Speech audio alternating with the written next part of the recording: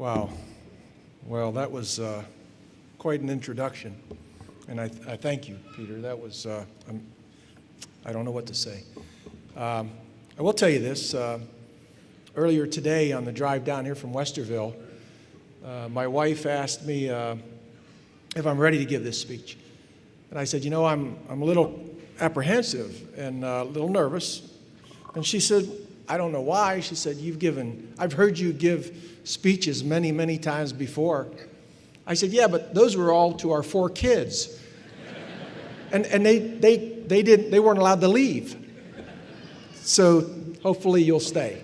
Well, let me start by saying thank you to Ohio Dominican University and its board of directors, and certainly to President Dr. Peter Symbolic for the honor that they bestowed upon me and my family today.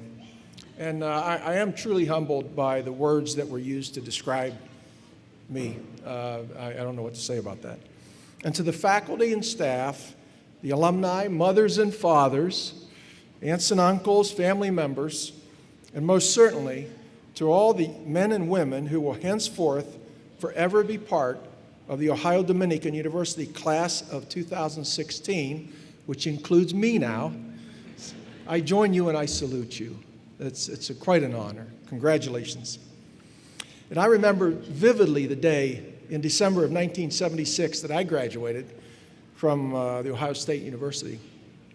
And what I remember most about that day is the scream I let out when I walked out of my last class, knowing that I was going to get my diploma and how happy I was. And I can imagine how you must feel today, sitting there. And I'm so honored to celebrate this day with you, and I thank you for allowing me to be a part of this chapter, the conclusion of this chapter in your life. But when one journey ends, another one starts. And receiving your degree will not be the last dream that you will fulfill. You see, you are not only graduates, but you are the dream makers and the risk takers of tomorrow. No country on earth has produced more dream makers than these United States of America. In America, it is us and no one else who puts limits on our dreams. And it has been said that most people see things as they are and pessimistically asks why. But dream makers dream of things that never were and say, why not? You know, in 1962, as a 9-year-old boy, I remember watching President Kennedy announce to the world that we would put a man on the moon by the end of that decade. And that dream came to reality on July 20th, 1969, when Neil Armstrong took his first steps on the moon. And it's events like these that characterize this nation, and more importantly, those of us who are its citizens. While most people subscribe to the premise that seeing is believing, dream makers understand that you first must believe, and then you will see. See, we are such a proof-driven observational culture that it often becomes difficult for us to imagine life beyond what we see. Show me the proof, and then just maybe, I'll believe it is possible and real. The problem with this approach is that we only see what we first believe. And it is on this day that you and I join thousands of other graduates across this country. And I want very much to help you achieve your dreams. By virtue of your degrees, you have professed the intelligence necessary to go where no man or woman has gone before, that being your future. However, if intellect is your tool, then let passion be your fuel. Happiness in life is not always doing what you like, but it is hopefully doing what stimulates you and going where you see a clearly defined path to success. Today, I consider myself to be one of the links in your chain of life. A wise person once told me, learn from the mistakes of others because you will not live long enough to make them all yourself. So allow me to mirror the words of Lou Holtz when he told the graduating class at Franciscan University, he says, I have been 22, you have not been 63. So I'm sure many of you graduates may be looking for a magical recipe for success. Well, I can tell you there is no magic involved. It has everything to do with working hard and working smart. And it's not enough to simply work smart, and it's not enough to simply work hard. To achieve any lasting success, you must work hard and use every bit of intelligence that you possess. And to make your efforts last a lifetime, you must build your life on a foundation of attributes such as integrity, honesty, and compassion, to name a few. You see, the things that come easy are often worth even less. Short-term gains almost always lead to long-term pains. And you must learn how to differentiate yourself, to get noticed, but in a good way. Now, I will tell you the easiest and quickest way to get noticed is to do something really stupid. Well, I've been there, done that. But I'm not here to talk about that today. That would take too long. But I want to give you an example of two humorous stories, things that happened to me in my life regarding that. The first one is about differentiating yourself. You see, when my wife Michelle and I got married 36 years ago, one of the things that we noticed was right away we would get inundated with offers for insurance, life insurance, claiming that they could save us a lot of money if we purchased it from them. And we got so many of these things that I literally would open the envelope and throw it in the trash, wad it up and just throw it away. One day, I opened up an envelope, and this was different. So imagine writing someone a letter, but before you decided to send it, you wadded it up and threw it away, but then you changed your mind and you wanted to send it again. So you went into the trash can and you unfolded it. Instead of typing a new letter, that's the letter you sent. And I was amazed when I opened it and I read. It said, "Mr. Bianconi, I'm sure that now that you are recently married, that you've been receiving lots of requests to sell you insurance, life insurance, claiming to save you lots of money." And this guy went on to say, he says, "I can not only save you lots of money, but I can save you lots of time by the fact that I've taken the time to pre-wad this for you." Well, needless to say, I called the guy. And I don't think I bought any insurance, but I'll never forget that. I've always wanted to use that, and I've never had the guts to do that, but it certainly got my attention. Another thing that I want you to be aware of is no matter how much you prepare, that things can go wrong, and you have to deal with those. A story, or an event, it's not a story, but an event, when I was first starting to travel, whenever I would take a business trip, I would always take an extra shirt. In case I spilled something on one of my shirts, I thought that's a great plan.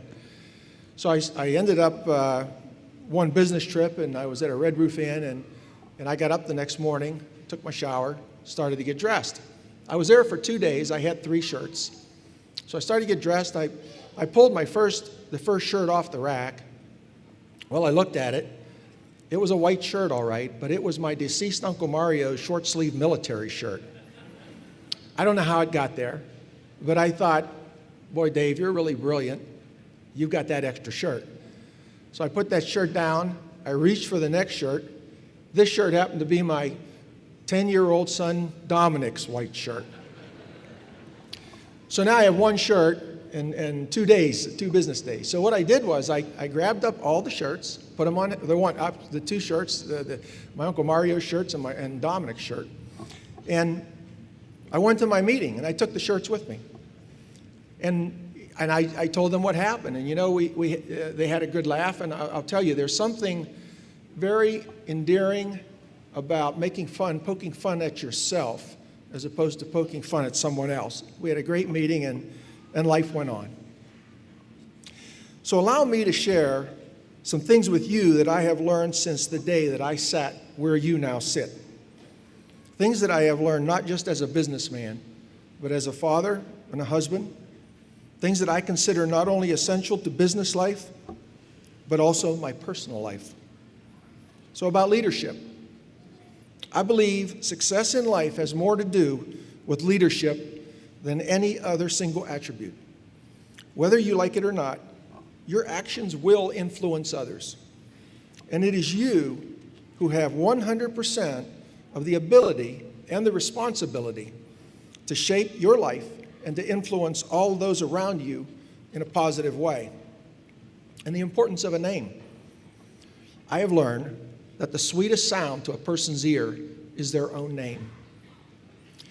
You know, I would tell our supervisors that the two most important things that they could do every day and every evening is to say good morning and to say good night by name to every person on their team. And regarding change, I will tell you that change is inevitable, but growth is optional.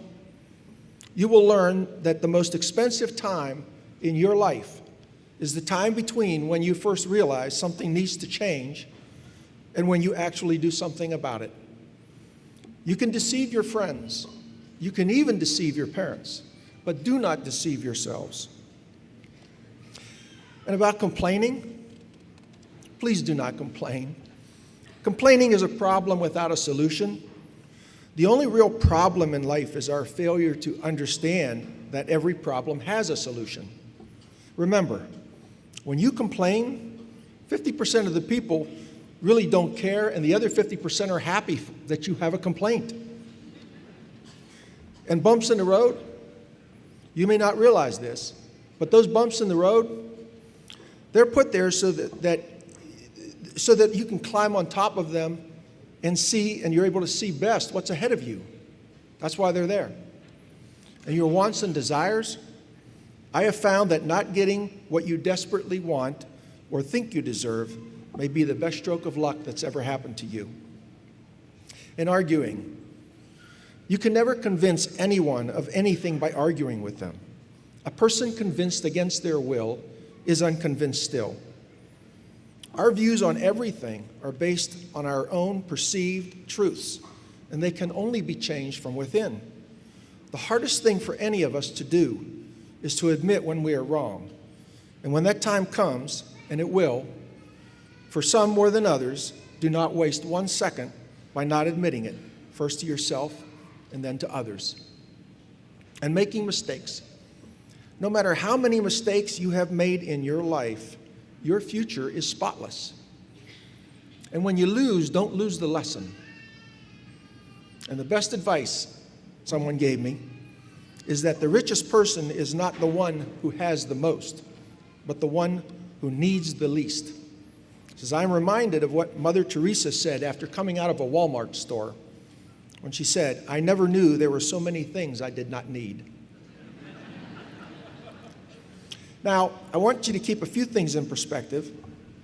Just as 2016 came for me today, God willing, 2056 will come for you.